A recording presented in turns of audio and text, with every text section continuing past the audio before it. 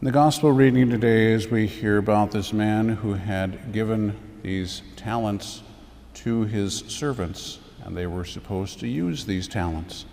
And we can look at ourselves and recognize what God has entrusted to our care and ask ourselves, how am I using those things? In other words, is it selfish or is it for the good of others?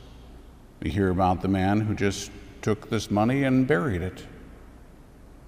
Obviously, out of fear, or whatever purpose, he wasn't willing to do anything with it.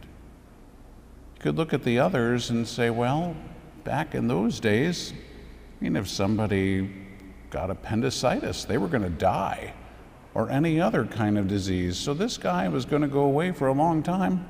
There's certainly no guarantee that he's coming back. They could have said, well, it's mine now. He gave it to me, and who knows if we're ever going to see him again. I can just do with it what I want. But we see in this case that neither of these two other guys did that.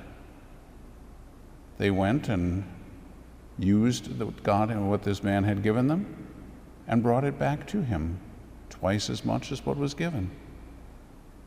And they were rewarded for that. Now, I suppose you could say, well, maybe they were looking at it saying, well, if I do it this way, then I'll be rewarded. But there was nothing that said they were going to be rewarded. All it was there's what's entrusted to you. Now, that's one thing if we're looking at some kind of money or whatever it might be. But if we look a little bit deeper into our own lives and ask ourselves, what is it that God has actually entrusted to me? Depending on your state in life, what God has entrusted to you is infinitely greater than any sum of money. If you are called to be married, or to be a priest, or to be a consecrated person, God has entrusted souls to you. The consecrated person, obviously, that's in a spiritual way. In a marital union, that is in a very practical way. All the money in the world cannot even come close to equaling the value of one soul. God gave you one soul to care for on the day you got married. And then if there are children, he has given you many more souls to care for. How have we done with that? Or how are we doing with that? Becomes the question. If you're not called to be married, then you look at that from a spiritual perspective. Is it a spiritual maternity or a spiritual paternity that God is calling you to? And how are we doing with that?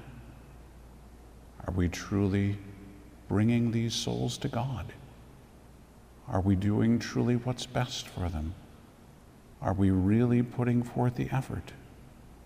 Again, you see what these people did in the gospel, and they doubled what it was that God had given. They had to be diligent about the work that they were about if they were going to be able to take what was given to them and increase it.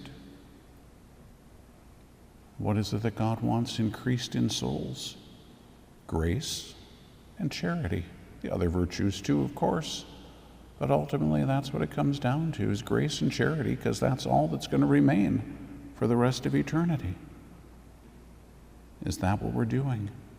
Are we helping to make these people saints? Are we building them up? Are we bringing them to the Lord? That's what we have to be concerned about. Because, yes, God will hold us responsible for the other things that he's given to us. Maybe he's given you this ability or that, and you can do all these wonderful things. Yeah, what did you do with that? But that is absolutely nothing compared to the people that God has put into your life, the souls that he has entrusted to your care.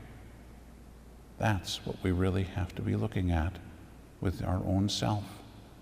Am I seeking truly to do the will of God for these people? Am I truly loving them the way that I ought to be loving them? Am I truly building them up the way that the Lord desires for me to do? Obviously, there are difficult situations where got adult children or teenage children, they aren't going to be willing to listen to anything you have to say. then don't try and say it, but pray and offer your sufferings, and the struggles and the difficulties, the heartache that comes from this particular person who won't talk to you, who won't listen. That's a tremendous suffering that parents have to bear. And so offer that to the Lord for the conversion of this person. Continually pray for that person. We don't know how God is going to work. I heard yesterday about this Jewish man who converted and became a Carmelite priest. And his mother was not amused by this at all. And this man started praying novenas and just prayed novena after novena after novena until his mother died and she never converted. And then there was somebody with some spiritual gifts from the little town where they were at. And the woman came and said to him, "In time, you will receive something on the Feast of the Immaculate Conception, and it will tell you what happened to your mother." 6 years later, on the Feast of the Immaculate Conception, he received a letter, and it explained that here's what occurred.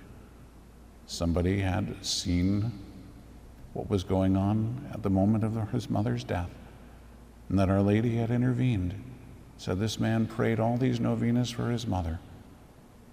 Now we need to bring her to heaven.